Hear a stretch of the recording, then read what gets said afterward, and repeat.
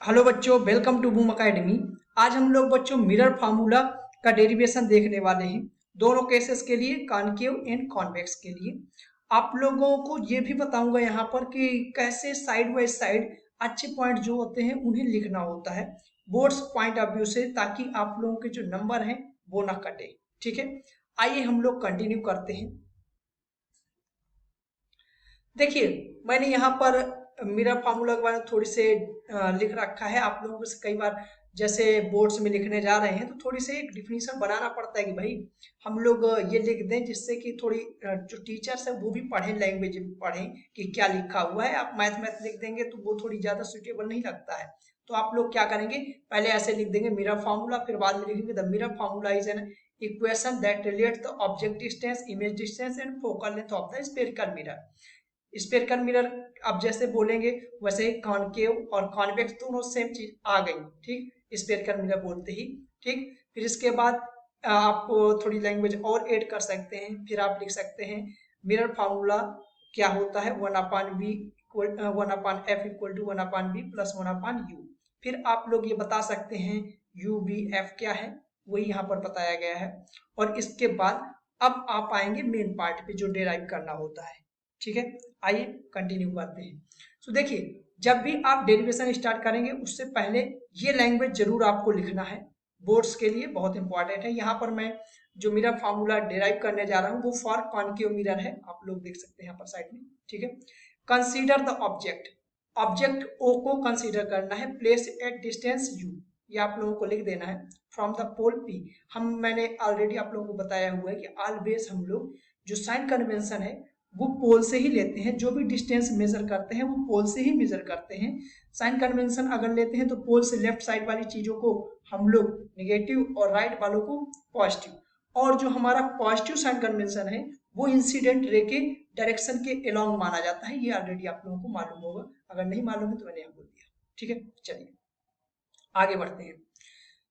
फिर बोला गया the rays emanating from point O, जो ओ है ये पॉइंट ओ हमारे पास यहाँ पर गिवन है, ऑब्जेक्ट है, इससे लाइट रेज ऐसे निकल रही हैं। ठीक है, एक लाइट रे मैंने ये वाली कंसीडर की है, ऐसे जा करके ये यहाँ पर इंटरेक्ट करेगी किससे, मिरर से। हमारा कॉनकेव मिरर है तो कॉनकेव मिरर से इंटरेक्ट करेगी।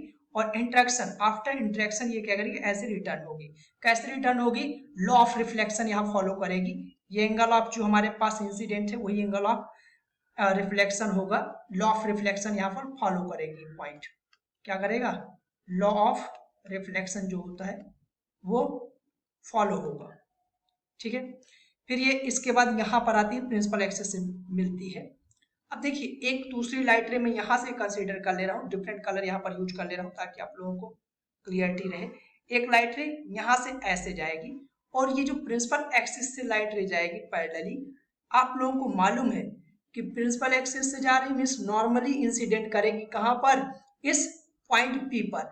जैसे नॉर्मली इंसिडेंट करेगी तो इसे क्या करना पड़ेगा, नॉर्मल से अगर जीरो एंगल बनाती हुई इंसिडेंट कर रही है तो नॉर्मल से ही जीरो एंगल बनाती हुई ही इसे रिटर्न होना पड़ेगा। तो यहाँ पर एंगल हमारा ये लाइट रे क्या होगी, जस्ट अपना पाथ रिट्रेस करेगी और ऐसे जाएगी। अब हम लोग इमेज की डिफिनीशन जानते हैं। इमेज की डिफिनीशन क्या होती है बेटा, लाइट रे after the interaction optical instrument जब मीट करती हैं तो उससे वहां पर जो हमारा पॉइंट होता है वो क्या बनता है, इमेज बनता है। ठीक, तो यहाँ पर ये दोनों मीट कर रही हैं, यहाँ पर क्या बनेगा, हमारा इमेज बन जाएगा। ये है हमारा आई इमेज। ठीक है, इमेज डिस्टेंस यहाँ से गिवन है, पी पोल से क्या बोला गया, इमेज डिस्टेंस को बी बोला गया है। ठीक है, बी यहाँ पर लिखा हुआ है। और जो ऑब्जेक्ट डिस्टेंस है उसे यू बोला गया है।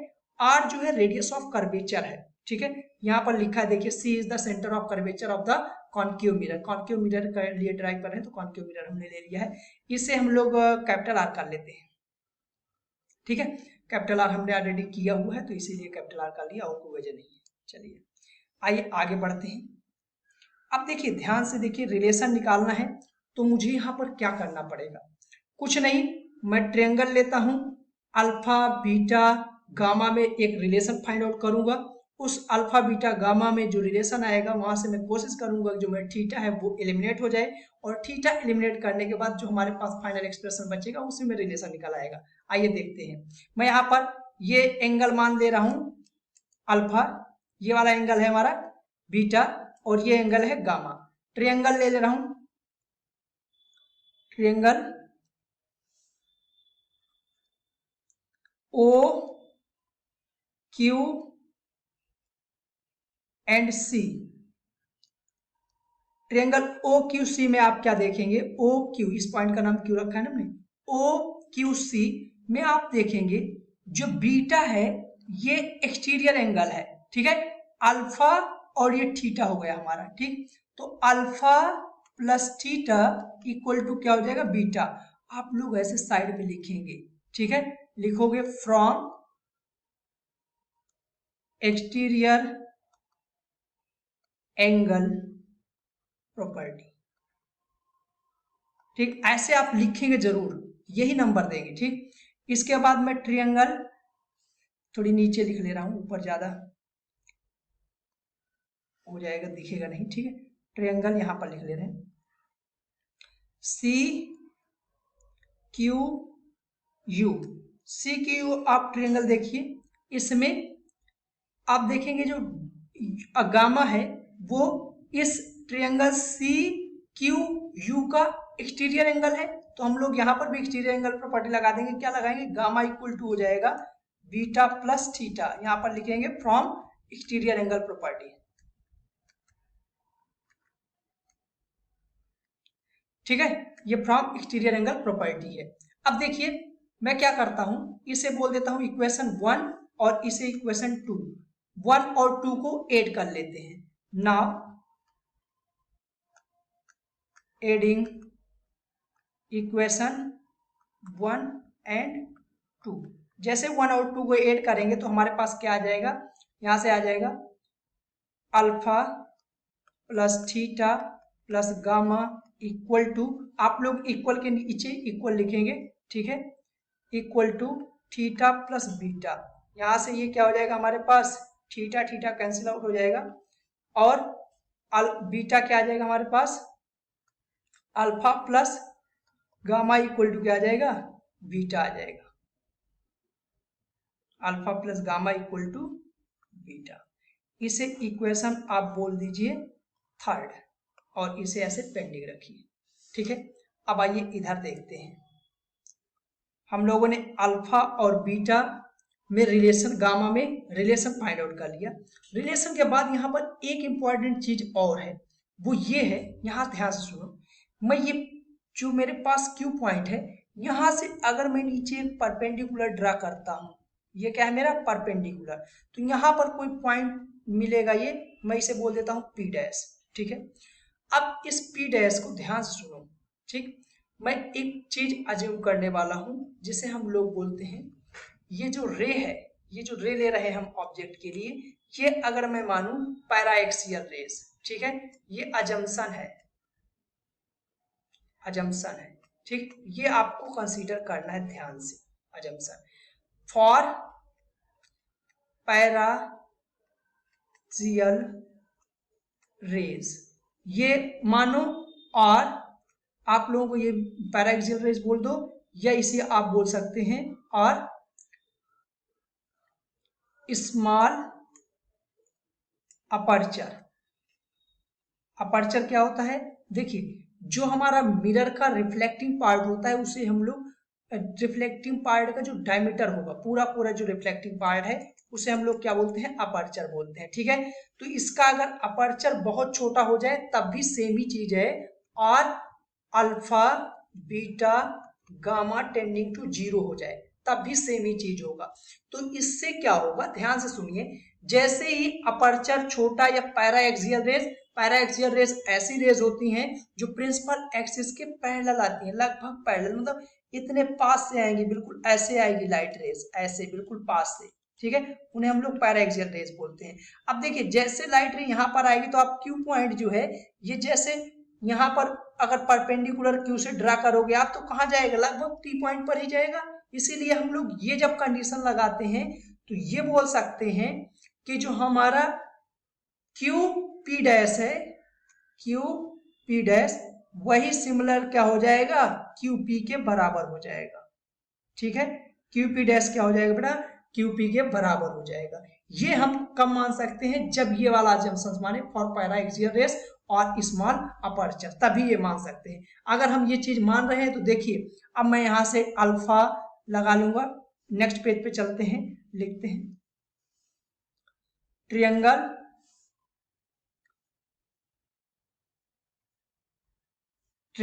ओ क्यू और पी, मैं डायरेक्ट पी लिख दूंगा ये चीज लिखने के बाद, ठीक है। आप पी ऐसे लिखेंगे O Q P, triangle O Q P और triangle O Q P dash, ये सिमिलर हो जाएंगे, दोनों सिमिलर हो जाएंगे, ठीक है, फॉर पैरा एक्सियल रेस। तो यहां से tan अल्फा इक्वल टू क्या आ जाएगा हमारे पास, tan अल्फा इक्वल टू आ जाएगा tan alpha Q P dash upon O Q dash, ऐसे लिख देते हैं Q P dash upon O P dash, और इसी को लिख सकते हैं हम लोग Q P upon O P, ठीक है। फॉर स्मॉल एंगल अल्फा आप लोग जानते हैं tan अल्फा क्या लिख सकते हैं, डायरेक्ट अल्फा लिख सकते हैं, अल्फा क्यू पी अपन क्या आ जाएगा ओ पी। सिमिलरली हम लोग और भी निकाल लेते हैं, देखिए ये हम लोगों ने ये निकाल लिया, आइए देखिए अगर मैं लिखता हूं इसके लिए tan बीटा निकालना है तो ये हो जाएगा ट्रियंगल सी क्यू और P, triangle C Q P, इसमें tan बीटा आ जाएगा हमारे पास, tan beta equal to Q P dash upon C P dash, or इसी का लिख देंगे Q P upon C P, direct beta लिखेंगे क्या आ जाएगा Q P upon C P. ऐसे में ट्रियंगल आई क्यू पी, इसमें आ जाएगा हमारे पास gamma equal to Q P upon I P. इन तीनों वैल्यूज को अल्फा बीटा गामा को पुट करते हैं in equation 1। Now putting alpha beta gamma in equation 3, ठीक, जैसे थर्ड में पुट करेंगे, देखिए थर्ड इक्वेशन क्या है हमारे पास, थर्ड इक्वेशन है, ये थोड़ी यहाँ पर गड़बड़ हुआ है जोड़ने में, 2 प्लस बीटा होगा और प्लस यहाँ पर आ जाएगा 2 बीटा, ये 2 बीटा हो जाएगा यहाँ पर, ठीक है। तो ये alpha plus gamma equal to 2 beta, तो यहाँ से अल्फा का वैल्यू कितना है Q P upon O P, plus gamma का वैल्यू कितना है Q P upon I P equal to 2 times beta का वैल्यू कितना है Q P upon C P. ये हम लोग क्यू पी देखिए सभी से कॉमन हो जाएगा, कॉमन करके कट कर देंगे, और ओपी हम लोग जानते हैं ओपी क्या है ऑब्जेक्ट डिस्टेंस, साइन कन्वेंशन लूंगा माइनस यू, आईपी क्या है इमेज डिस्टेंस, आप लोग इमेज जाके देख लीजिएगा, आईपी क्या है माइनस बी, और सीपी क्या है कर्वेचर तो माइनस आर, यहाँ पर मैंने साइन कन्वेंशन यूज किया है। अब मैं इसे क्या लिख सकता हूं, देखिए यहाँ पर 1 upon minus U plus 1 upon minus B plus equal to minus 2 upon R, ये हम लोग लिखेंगे 1 upon B plus 1 upon U equal to 1 upon R by 2, और आर बाई 2 को हम लोग क्या लिख सकते हैं फोकस, तो हमारे पास एक्सप्रेशन क्या आ जाएगा 1 upon V plus 1 upon U equal to 1 upon F. ये आ गया हमारा मिरर फार्मूला। एक सेकंड रुकिए मैं बताता हूँ ये कैसे आया। देखिए ये हमारे पास ये r बाई 2 की जगह मैंने f रखा, कहाँ से रखा, आप लोग जानते हैं डिफिनीशन ऑफ फोकस, फोकस की क्या डिफिनीशन होती है, अगर ऑब्जेक्ट इंफिनिटी पर है तो हमारा ऑब्जेक्ट 1 अपान यू कहाँ हो जाएगा इन्फिनिटी पर, प्लस इमेज कहाँ बनेगी फोकस पर बनेगी इमेज, और इक्वल टू क्या हो जाएगा 1 अपान आर बाई 2, फोकस की डिफिनीशन लगाना है तो एफ इक्वल टू यहाँ से क्या आ जाएगा आर बाई 2, इसीलिए मैंने यूज किया है। यहाँ पर क्या करना है फोकस की डिफिनीशन लगाना है, फोकस की डिफिनीशन, ठीक है, जो डिफिनीशन होती है फोकस की वो मैंने लगा दिया है, यहाँ से F equal to R by 2 आ गया, सबसे परफेक्ट है ये। आप लोग अगर ये सारी चीजें डिटेल में देते हैं आप लोगों को पूरे नंबर मिलेगा, कोई नहीं काटने वाला है, ठीक है, इससे डिटेल इससे अच्छा सॉल्यूशन आपको कहीं नहीं मिलने वाला है। थैंक यू, मिलते हैं नेक्स्ट वीडियो में।